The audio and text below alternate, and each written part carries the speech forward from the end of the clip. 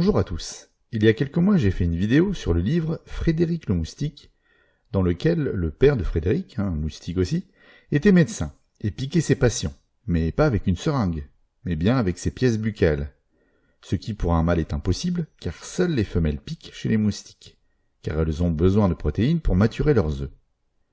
Comme les mâles ne font pas d'œufs, ils n'ont pas besoin de sang. Ils n'ont besoin que de sucre pour survivre. Dans cette vidéo, j'avais envie de revenir sur cette fausse idée qui est véhiculée sur les mâles moustiques, mais qui n'a pas l'air de choquer les gens, probablement parce que ce n'est pas la seule fois où le mâle est représenté comme un suceur de sang. Personnellement, je me souvenais parfaitement du moustique mâle de 1001 pattes au bar. Excusez-moi, je représente une colonie de fourmis et... Hey, garçon, une autre sangria au positive. Monsieur... Mais cela date de bien plus longtemps que les années 2000, dans les animés. Voilà un dessin animé appelé How Mosquito Operates, de 1922, où le moustique a l'air bien masculin avec son chapeau haut de forme, ses touffes de cheveux et ses outils.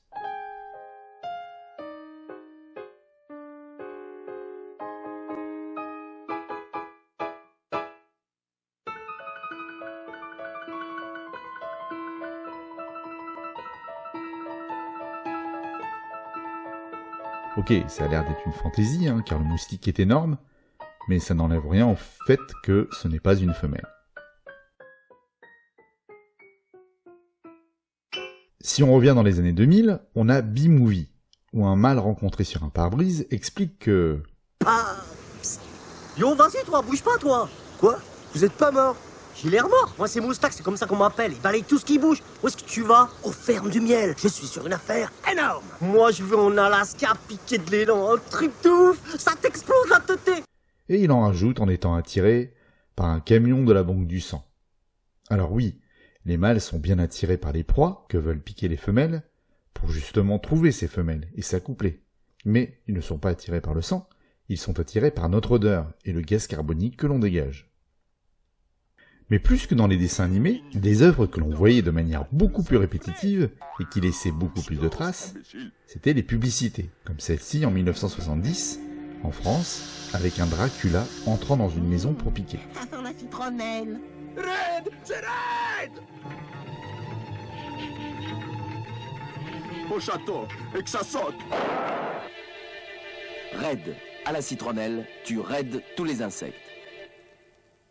Et ce n'est pas spécifique à la France, Voilà une pub coréenne présentant le mâle moustique comme dangereux et vecteur de la dengue.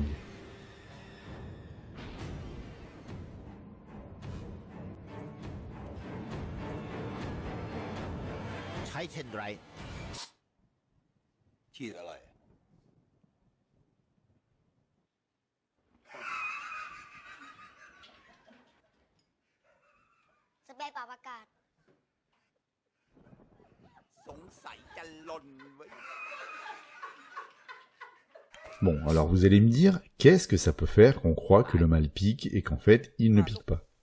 Moi je les tue tous les moustiques, de toute façon. Je ne regarde pas quel est son sexe avant. Oui, mais non.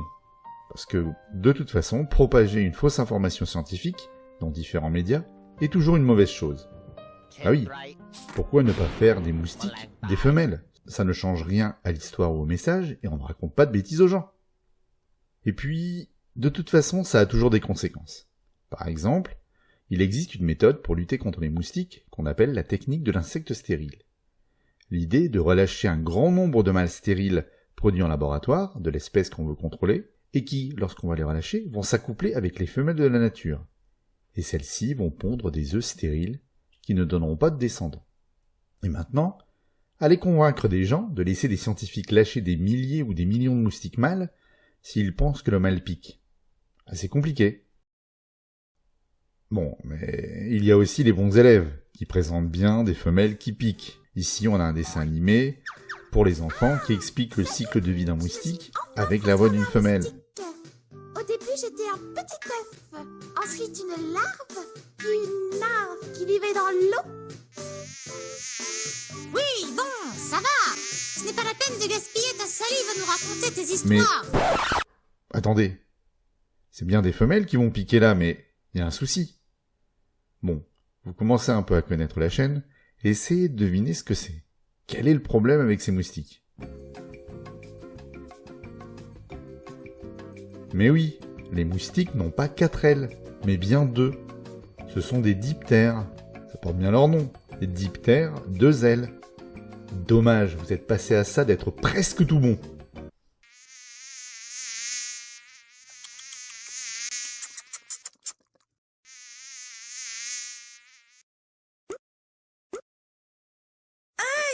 Mais qu'est-ce qui me pique et me gratte autant?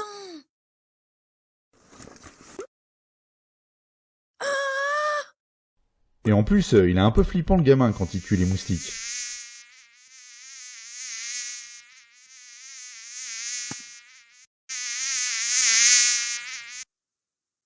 Oui! Oui! Et puis, je ne vous conseille pas de faire ça sur votre mur blanc si les femelles ont pris un repas de sang. Sinon, ça donnera plutôt ça.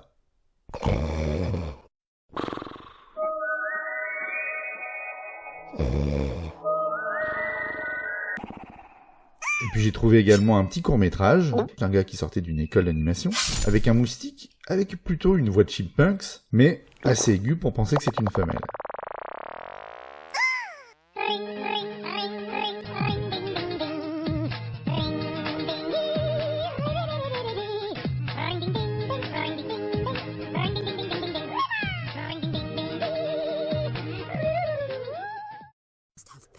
Et pour finir, un autre film d'animation où une mère apprend les ficelles du métier à sa fille façon Mission Impossible.